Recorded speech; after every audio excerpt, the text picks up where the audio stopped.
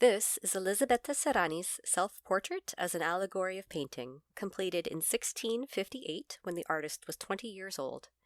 It's oil on canvas and probably somewhere between 61 to 91.5 centimeters or 2 and 3 feet high. I say probably because I scoured the internet looking for this piece's dimensions and came up empty-handed. It's currently on display at the Pushkin Museum in Moscow. Elisabetta Sirani was the oldest of 4 children, daughter of Margherita Massini della Mano and Giovanni Andrea Sirani. She was born in Bologna, Italy, on January 8, 1638. She showed artistic promise at an early age and was trained by her father, who was, himself, a respectable painter and art merchant. Giovanni had been a pupil of the master Guido Reni and was one of the best art professors and appraisers in the city. There is some evidence that suggests Giovanni was reluctant to train his daughter as an artist, and that reluctance was only overcome by the encouragement of local art historian and biographer Carlo Cesare Malvasia, who had noticed Sirani's talent and was an enthusiastic fan from her earliest days. Even in relatively progressive 17th century Bologna, where women artists were celebrated and admired, it may have been a challenge for Sirani to gain the attention and acknowledgement of the artistic world without Malvasia's intervention. Or it may not have been a challenge. It's difficult to say for certain so long after the fact. Malvasia may have been instrumental in the success of her early career, or he may have given himself more credit for her success than was deserved. Considering Sirani's skill, ingenuity, and creativity, however, it's probably safe to say that she would have been able to make a name and career for herself without Malvasia's early assistance. In 1655, at the age of 17, Sirani became the sole breadwinner for her family, as Giovanni was forced to retire due to gout. Not only did she take over running her father's workshop, which trained young artists, she also took on commissions which came from every level of society from all over Europe. Her skill, the speed with which she painted, and the novelty of owning a painting created by a virtuoso woman artist was of great interest to many. Sirani had all kinds of patrons throughout her career. She painted for cardinals, kings, dukes, merchants, and academics across Europe. There were some who were skeptical that she was producing such a robust body of work so quickly, all on her own, and accused her of employing assistants in order to finish her paintings so expediently. In response to these doubters, Sirani opened her studio and invited her naysayers to join her while she painted a portrait, to witness her technique firsthand. She would continue to entertain these sorts of guests in her studio throughout her short life, which no doubt contributed to her fame. In addition to running her father's workshop and taking on private commissions, she opened an academy of her own specifically for women. This was the first academy of its kind that wasn't a convent, and was also the first of its kind in Europe where a woman, regardless of her family's profession, might acquire instruction in artistic pursuits. Painting, carving, and sculpting as a whole was closed off to European women at this time unless they were lucky enough to have a father or other male relative who was an artist. Sirani specialized in history painting during a time period when women artists typically only painted still lifes and portraiture. While Sirani did produce a number of portraits, some of her most famous work are paintings of historical scenes, mostly featuring women. This dramatic and sensual work depicts Porcia Catonis, the wife of Marcus Brutus. Yes, that Brutus. The story, as it's told, goes as follows. After offering a sympathetic ear to her husband's troubles and being turned away, ostensibly for fear that her delicate feminine constitution would ultimately betray him and his secrets, Portia was determined to earn her husband's confidence. To do this, she wounded herself in secret and suffered thereafter in silence to prove to him that she could withstand the pain of torture.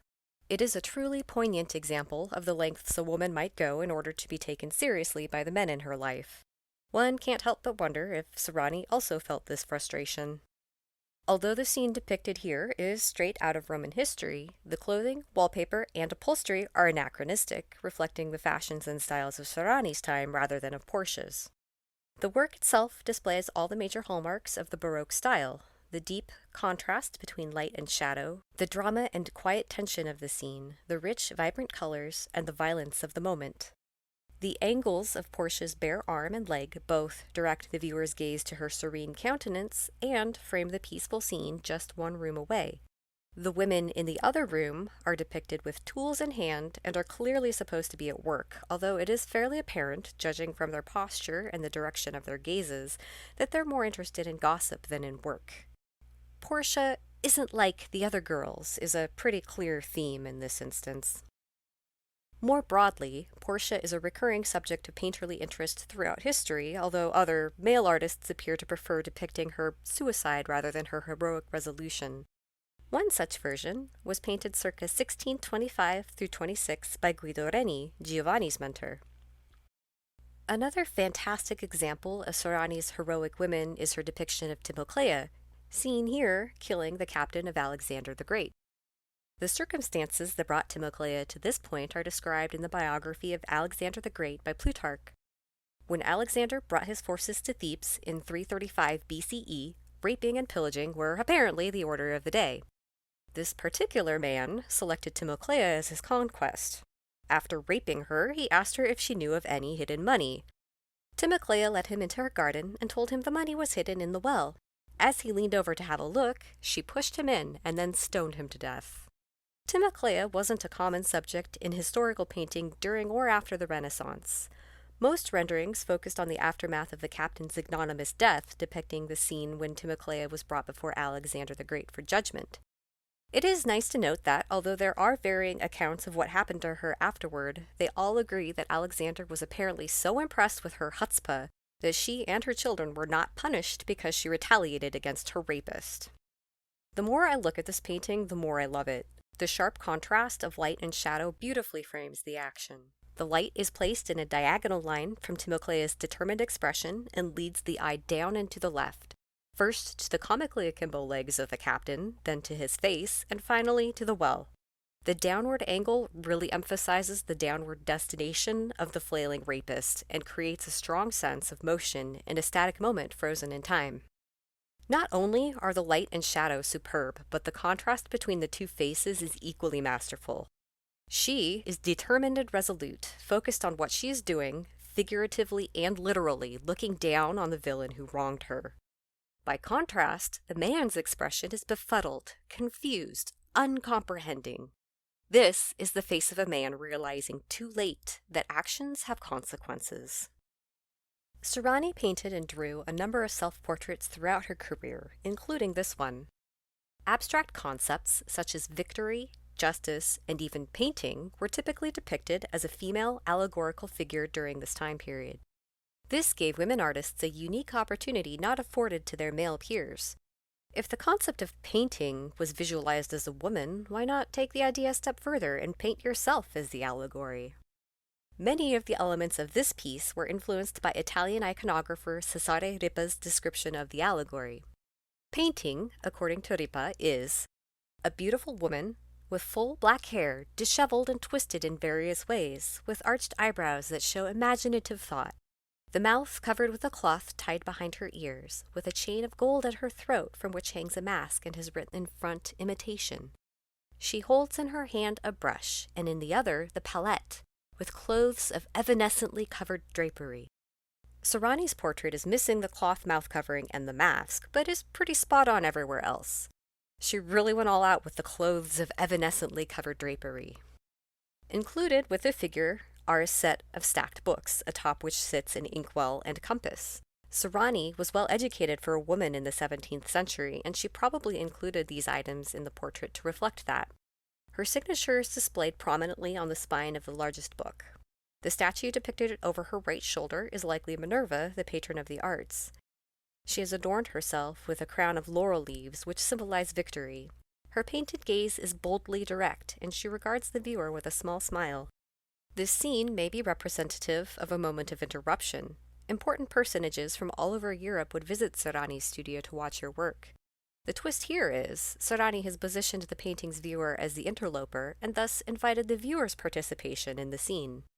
Now you and I have been welcomed to her studio, just as those many visitors once were in the 17th century. Sirani died unexpectedly in August 1665 at the young age of 27. Her death was considered suspicious, and a maidservant of the household was accused of poisoning her. Superfan Malvasia blamed her death on lovesickness, as, at the highly advanced age of 27 years, Sirani had never married. Sirani's spinsterhood is commonly blamed on Giovanni, who would probably have been extremely reluctant to relinquish the income she generated by giving her away to a husband. Now, in the present day, Sirani's death is attributed to the onset of peritonitis after a ruptured peptic ulcer, likely caused by the extreme stress of providing for her entire household. Sirani's passing devastated the citizens of Bologna. Her funeral was an elaborate citywide event, and her death was mourned by all of Europe. She was laid to rest in the chapel of the Rosary in San Domenico, next to the tomb of her father's mentor and Bologna's cultural hero, Guido Reni. The body of work Sirani left behind contains over 200 finished canvases, the vast majority of which were completed in the roughly 10 to 11 years she was working as a professional artist. That's roughly 20 completed paintings each year, which, considering the size and detail of each piece, is a truly astonishing number. So let's talk about what I'm doing here. I'm going to try to be as objective as possible as I reflect on what I did well versus what I could have done better. Starting with room for improvement. Facial depiction is on my list of areas I want to improve. I'm planning to do the 100 Heads challenge later this month, but I wanted to take a break after finishing Sketchtober before leaping into a new multi-day challenge. For the purposes of this exercise, the face I painted here reads as a face, so I'm not going to lose sleep over the poor resemblance to the original. I would also like to get better at mixing colors that are closer to what I'm seeing in my reference. However, color matching is a constantly shifting goalpost as long as I'm working from digitally displayed photographs, so I'm not going to be too hard on myself here either. Here are the 3 different photos of Sirani's painting I've used as a reference for this. This one appears much more yellow than the others, and the color values in this one are more muted. My study may be a lot brighter than any of these, but at the same time, Baroque paintings are known for their bold colors, so if nothing else, my colors reflect the spirit of the piece, even if I missed the execution somewhat. Moving on to what I like about this study, I do feel like I did the shadows justice. Yes, I used a lot of black paint, which is regarded as a big no-no when painting shadows, but for mimicking what I'm seeing and also for my own personal quest to improve how I render contrast, I'm gonna own it. I can reduce the amount of black in future attempts. I'm pretty happy with how all of this luxurious fabric came out. This is the first time I've really tried painting something like this using gouache. I'm more used to painting landscapes than figures.